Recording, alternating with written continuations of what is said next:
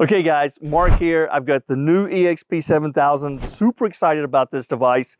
Here you see it's got the extenders on it.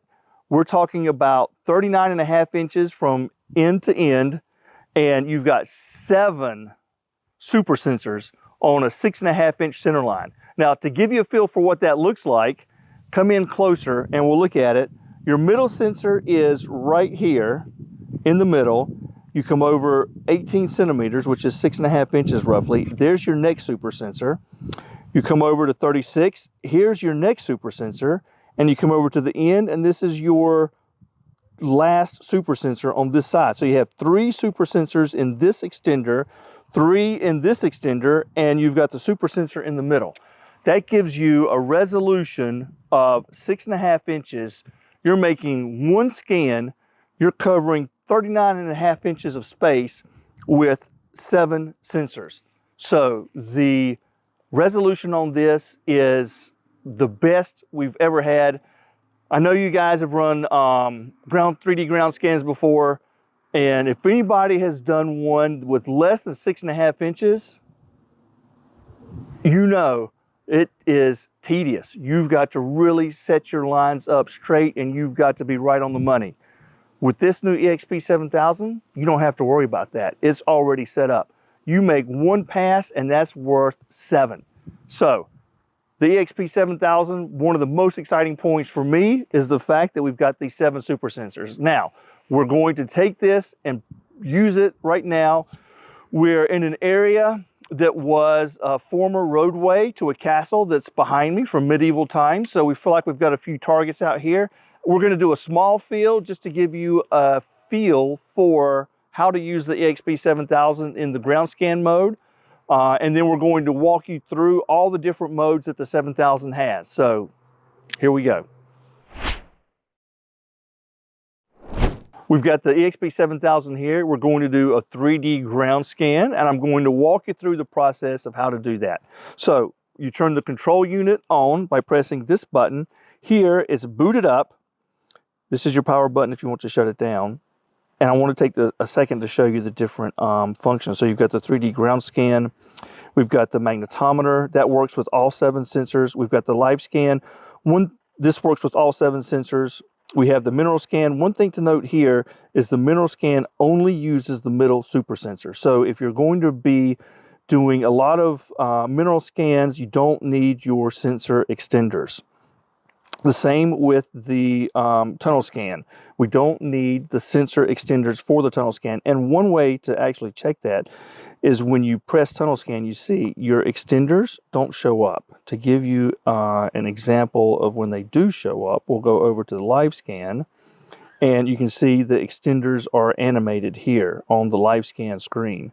To start with, we come over here and we select 3D ground scan.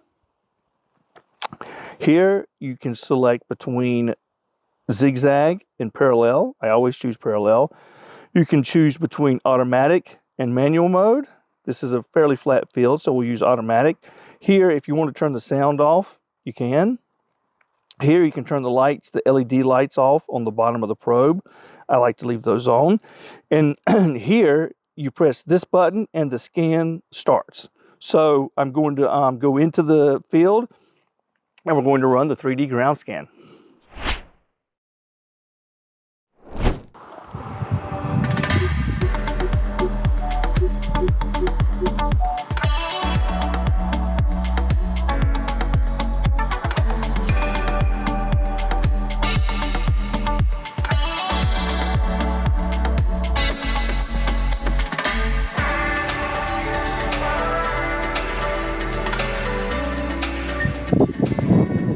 Okay, so we've done our scan, and you're going to see something really interesting here. This is before we make the final save, but you can see there's definitely a target in the middle of the screen, or the middle of the scan field. So here we're setting our scan length and scan width, and there you can see there's a very strong signal right in the upper left quadrant of our scan. So we were successful in finding the target that was on the edge of our previous scan field. We found it. We've got really good margins. Now, to make sure that this is a target that's not moving, we're going to do another scan. So let's do that.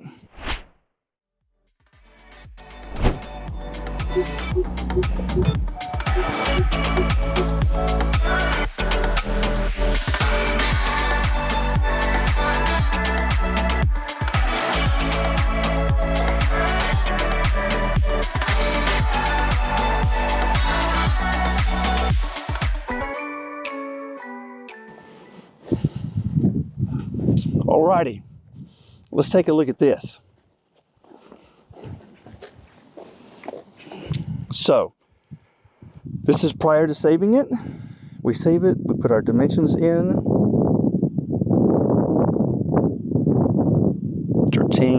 13, and voila. We have basically the same hit as we had last time. The target hasn't moved, it's the same strength. We've got a nice blue signature next to a nice red signature. That tells me whatever is in that area is magnetic, is ferrous metal. So one point that's interesting to do too is to look. You can see in the File Explorer, you have basically a thumbnail shot of all of your scans. And you can see these two scans here are nearly identical.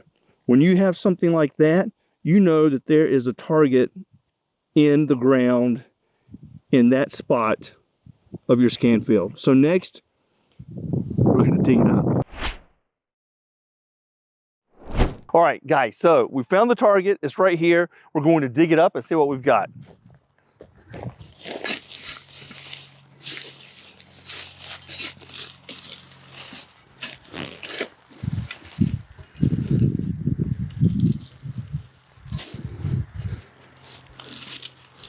Here we found what we were looking for. To me, it looks like some kind of a lever. You see it's got a curved edge here, comes to a point here.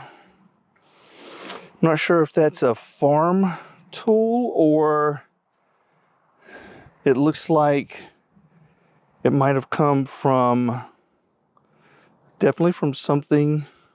This was probably attached there, and it was either a handle or something that you use to rotate. So yes, we found the target. It's something interesting, and to someone this may be a treasure, but we found it. And it was, good news is we found it, let's say it was about what? 8 inches deep, 10 inches deep. So not a super deep target, but definitely something, it's a target. And looking at the orientation, I mean, this is about 3/8 of an inch thick, maybe a little bit less than 3/8 of an inch thick, and it is about 8 inches long. And it was in the ground this way. It was parallel to our path of movement, and we were able to see it. So with 8 inches, it gives you a pretty long signature, but we were crossing it parallel to its path. So essentially, we just found something 3/8 of an inch thick with sensors that are based on a 6.5 inch center line. So that gives you a feel for, let's say, the scan width that each of these sensors have. So that puts it at about 3¼ inches for those sensors. So it's, let's say, on the radius of 6.5 inches diameter. So that's a really good find. Our work here is done.